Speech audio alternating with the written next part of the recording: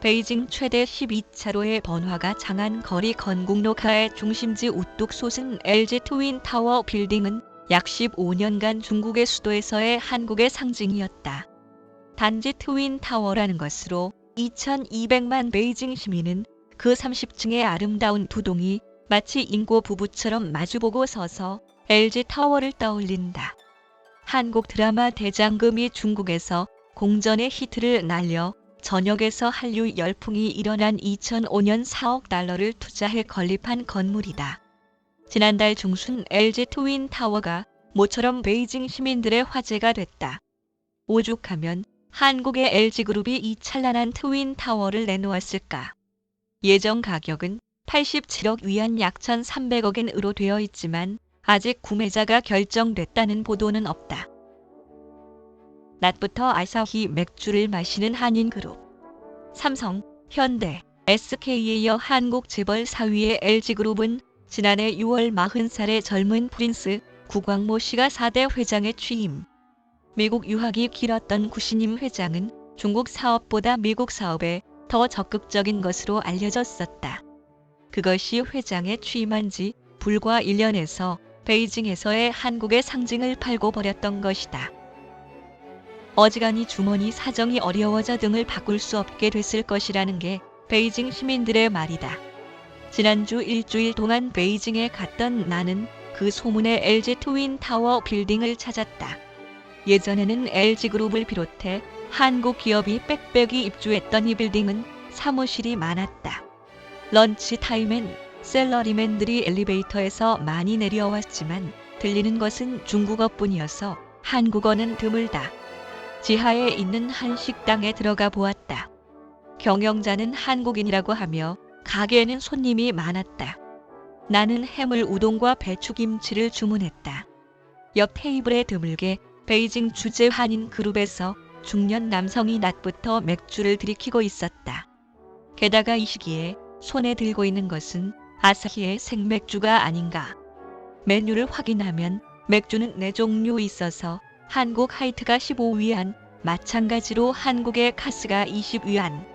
일본의 아사히 맥주는 병이 20위안으로 생맥주가 25위안이었다.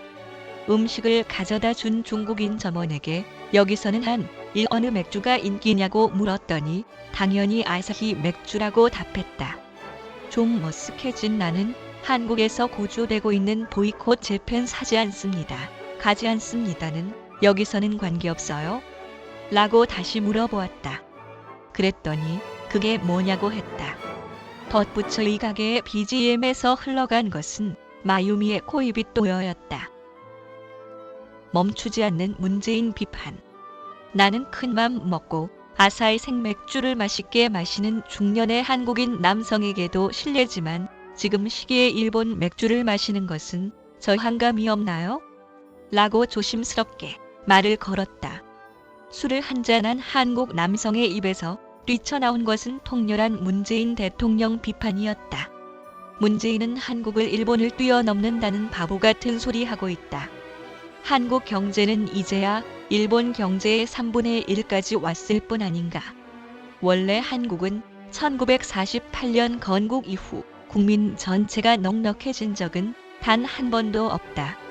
요즘 반도체 업계가 좀 괜찮다고 해서 자만하지 말라고 말하고 싶다. 나라의 GDP의 13%를 단 한 개 삼성전자 회사에서 떠받치고 있다니 이상하다고 생각지 않는가. 게다가 문재인 정권이 들어선 뒤 이웃나라 중국과 다투고 일본과도 싸우려 하니 재벌의 수익도 급속히 약화되고 있다. LG가 이 빌딩을 매물로 내놓는 것이 이를 상징하지 않는가. 게다가 대기업에서 일하면 한국에 있어서 얼마나 일본의 존재가 중요한지를 통감하는 것이다. 70년 전의 역사 문제야 어떻게 했다고 바꿀 수 없으니 한국에게는 미래 지향이 유일한 선택 사항이 틀림없다. 사실 문재인도 대통령 취임 당시에는 미래 지향적 한일 관계를 만들겠다고 하지 않았는가.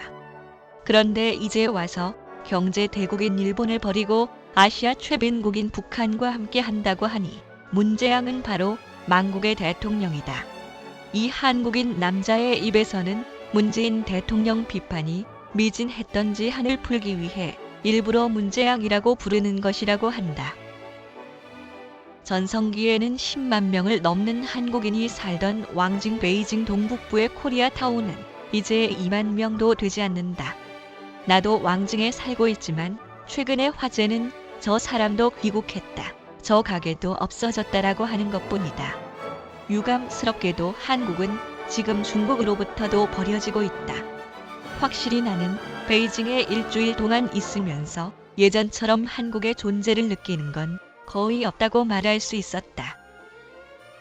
사드 배치를 멈추어도 한국 경제 부상 안 돼. 예를 들면 내가 베이징에 살던 2012년까지는 삼성 휴대폰을 가지고 있다는 것이 베이징인들에게 있어서 부러움의 대상이었다.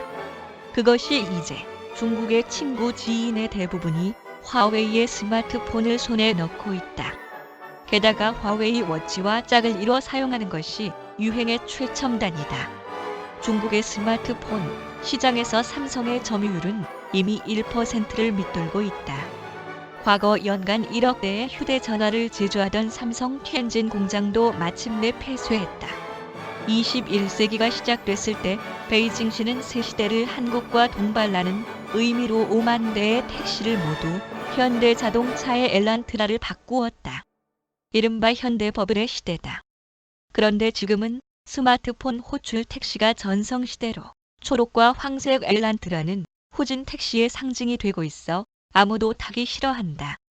그리고 현대자동차는 올해 상반기 중국 시장 매출 대수에서 전년 동기 대비 5.1%, 제2분기 4월에서 6월에 한정하면 7.3%의 마이너스를 기록했다. 한국과 중국은 알다시피 2016년 이후 사드 종말의 고도 방어 미사일을 미군이 한국 국내에 배치한 문제의 관계를 악화시켰다. 하지만 중국으로부터 보면 한국 기업이 요즘 중국 시장에서 부진 이유로 이 사드 문제는 설상가상이다. 근본적인 이유는 모든 업계에서 중국 기업의 수준이 완전히 한국 기업의 수준을 따라잡았기 때문이다. 이미 추월한 분야도 많이 있다. 그래서 미군이 앞으로 사드를 한국에서 철거하든 상관없다. 심하게 말하면 한국 기업은 중국 시장에서 반영구적으로 불경기가 지속될 수밖에 없다. 그것을 감안하면 문재인 정권이 일본을 적대시하는 것은 바로 자살 행위. 베이징의 장안 거리에서 아름다운 LG 트윈타워를 바라보며 그렇게 생각했다. 콘도 다이스케 저널리스트, 동경대학 졸업, 국제정보학 석사, 한반도를 중심으로 동아시아에서의 풍부한 취재 경험,